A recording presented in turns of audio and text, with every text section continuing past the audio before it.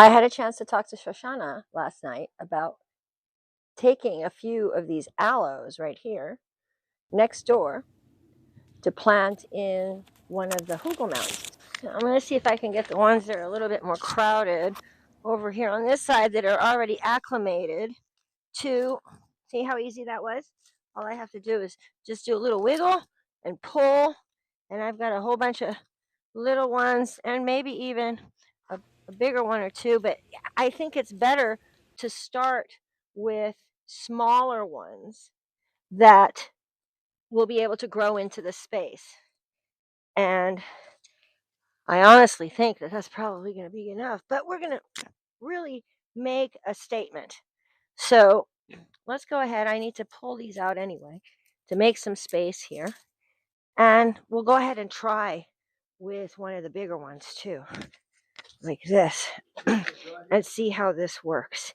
Yes, I am out here, darling. I'm videotaping this part of where I'm taking these aloes out. And this is the Diablo aloe that I had mentioned to Shoshana, that's got these beautiful reddish spines all along the side. It's blue with red. And I've got this little pup that came from that mom, and I'm acclimating it to be able to handle a little bit more sun before I put it out in full sun. And over here, you can see this aloe facing south, these aloes facing south, and how they're starting to put up their flower spike for the hummingbirds to come after soon.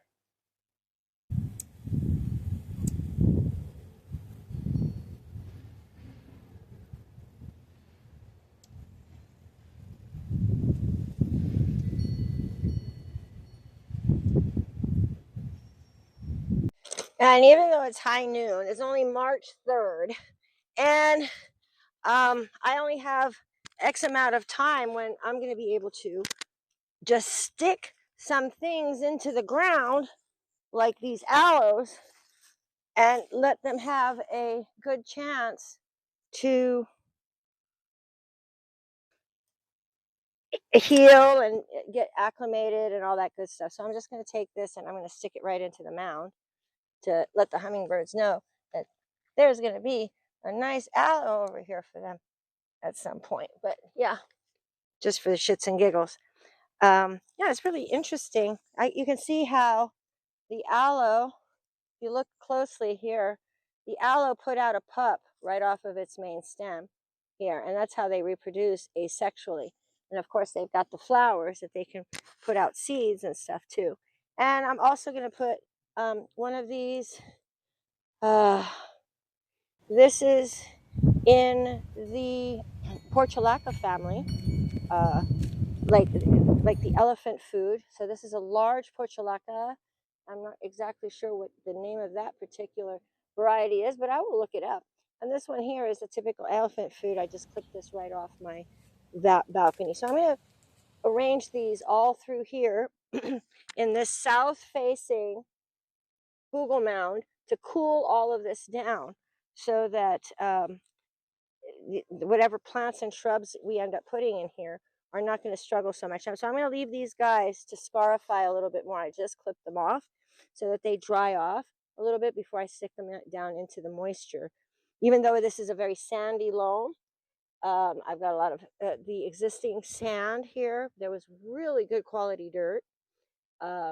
We hardly had to amend the soil at all, and lots of wood chips and stuff. So this should be an easy job. So briefly, this is what it ended up with. We have the Mexican petunia at the base over here, and we planted 5 total agaves. No, they're aloes. And I put this flower spike in there. If you notice, that flower spike is there just basically as a stake to hold that agave, the taller agave, in place to keep it from falling over. So that's this is a work in progress. This is a hugel mound that is in. We're using cuttings and things from other yards to fill the space in and get this stuff established so that we can get some water and shade into this hugel mound.